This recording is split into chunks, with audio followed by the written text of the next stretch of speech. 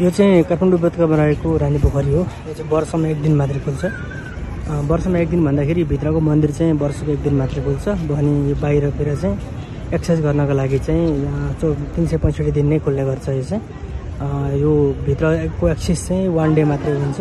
र यो तिहारको भाइटिकाका दिन चाहिँ चेलीबेटी नहुने मान्छे अथवा माइती नहुने मान्छेले यसरी मन्दिरको बिचमा आएर टिका लगाउने चलन छ। यो धेरै पहिलेदेखि चलिआएको चलन हो र भूकम्पले पहिले भत्किसके पछाडि अहिले पुरानै शैलीमा निर्माण गरिसकेको छ। र भूकम्पले भत्किए पछाडि चाहिँ बाहिर चौरमा लाउने चलन थियो भने अहिले भूकम्प बनिसके पछाडि चाहिँ फेरि भित्रै गएर चाहिँ टिका लगाउने चलन छ। यहाँ चाहिँ खास गरिकन अघि नै बताइहालेँ मैले, दाजुभाइ नहुने दिदीबहिनी र दिदीबहिनी नहुने दाजुभाइले यहाँ टिका लगाउनुहुन्छ।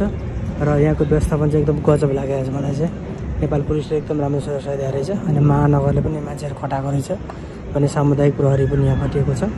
र चाहिँ एक दिन खुल्ने भएकाले गर्दाखेरि मान्छेहरू धेरैजना चाहिँ